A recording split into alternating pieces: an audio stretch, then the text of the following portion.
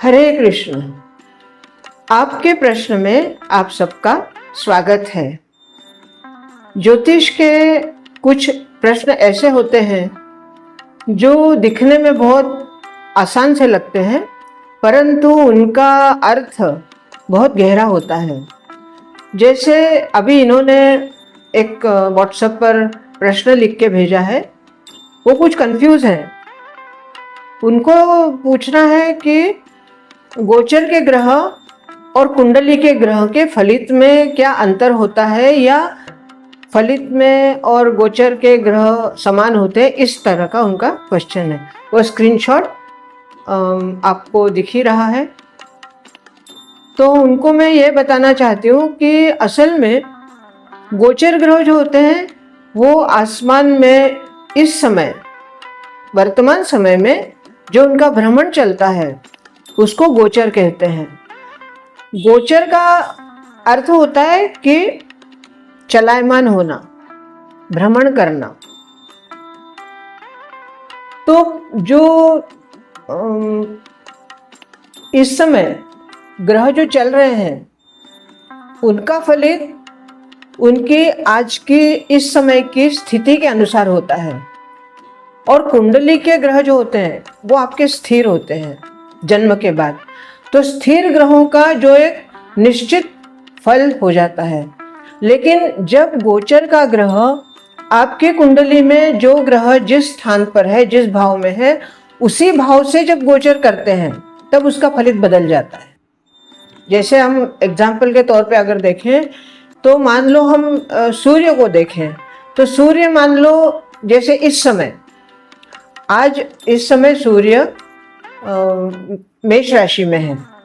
मेष राशि में सूर्य उच्च के हैं, और आपके कुंडली में अगर आपके कुंडली में सूर्य तुला राशि के हैं, मतलब नीच के हैं, तो गोचर में तो सूर्य उच्च में भ्रमण कर रहे हैं और आपकी कुंडली में वो नीच के हैं, तुला राशि में।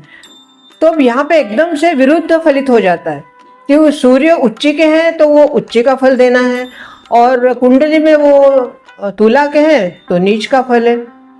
लेकिन यहाँ पे क्या है कि यहाँ देखा जाएगा कि सूर्य आपकी कुंडली में कौन से भाव के स्वामी हैं। अगर आपकी कुंडली में सूर्य आपके कारक हैं, और कारक होते हुए भी अगर वो आपके कुंडली में नीच हैं, फिर भी वो गोचर में उच्च के आए हैं तो आपको वो उच्च का फल देंगे।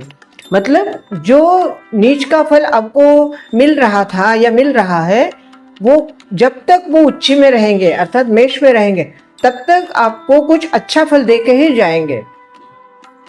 और इसके विपरीत अगर मान लो आपके सूर्य आपके कुंडली में वास्तव में उच्च के ही हैं, आपके लिए आपकी कुंडली में उच्च के हैं और गोचर में भी वो उच्च में जा रहे हैं, तो वो आपका जो फलित होगा, उनका सूर्य का जो फलित है वो पूर्णतया उच्च का मिलेगा। मतलब आपके सूर्य के अधिपत्य में जितने भी कार्य हैं वो कार्य आपके बहुत ही अच्छी तरह से होंगे और उसका प्रभाव अच्छा होगा, शुभ परिणाम होगा।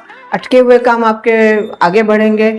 अगर गवर्नमेंट के संबंधित मतलब सरकारी कोई काम आपके अटके हुए हैं तो वो अच्छी तरह से आगे बढ़ेंगे। और अगर किसी को जॉब नहीं है और उसका सूर्य अच्छा है अपनी खुद की कुंडली में भी और गोचर में भी, तो उसको कोई जॉब अच्छी लगेगी, कोई सरकारी जॉब लग सकती है, या कोई ऐसी जगह पे है कि जहाँ वो जिसका कि एक डिस्प्ले अपन कहते हैं कि बहुत अच्छी तरह से उसका प्रेजेंटेशन है, तो वो प्रेजेंटेशन उसका बहुत अच्छी तरह से होगा क्योंकि उसका सूर्य उच्च में जा रहा है। तो इसी तरह प्रत्येक ग्रह का होता है। आपकी कुंडली में जो ग्रह जिस भाव में है वो भाव आपके लिए कैसा है, वो ग्रह आपके लिए शुभ है या अशुभ है, या वो ग्रह आपका कारक है या अकारक है।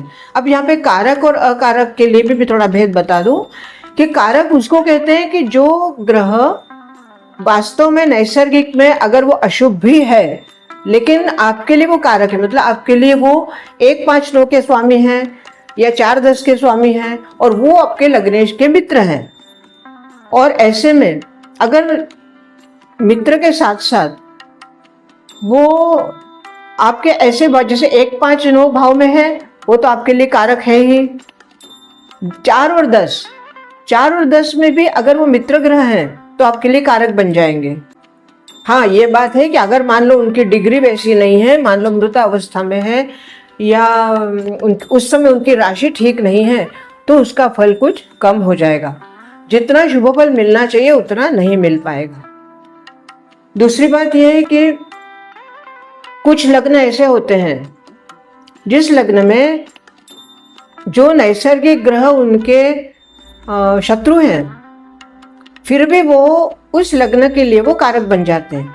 जैसे मेष लग्न है, मेष लग्न में मंगल लग्नेश है और शनि जो कि उनके शत्रु हैं, मतलब नैसर्गिक शत्रु जो कि एक माना जाता है। तो मेष लग्न में मकर राशि जो आती है वो दशम स्थान में आती है। तो दशम स्थान में आने के बाद वो कारक बन जाती है, मतलब मेष लग्न के लिए शनि कारक बन जाते हैं। बस इतना ध्यान रखना होगा कि वो लग्न जो आपके शनि है वो कौन सी राशि में बैठे हैं या कौन से स्थान में बैठे हैं। लग्न के हिसाब से हम देखेंगे तो मकर राशि के शनिदेव उनके लिए कारक सिद्ध होते हैं, परंतु अगर वह खुद मेष में ही है अर्थात नीच में है तो ऐसे में कारक होते हुए भी उनका प्रभाव कुछ कम हो जाएगा। इसी तरह प्रत्येक ग्रह के बारे में होता है।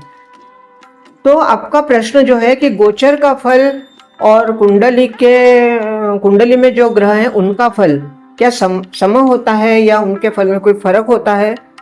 तो फर्क तब होगा जब दोनों अलग अलग हैं। अगर दोनों एक ही स्थान में है, एक ही भाव में है, एक ही राशि में है, तो गोचर में वही फल आपको आपकी कुंडली में मिलेगा और वही फल आपको गोचर में मिलेगा। तो आशा करती हूँ कि आपको आपके प्रश्न का उत्तर मिल गया होगा। आज के लिए इतना ही। बहुत बहुत धन्यवाद। हरे कृष्ण।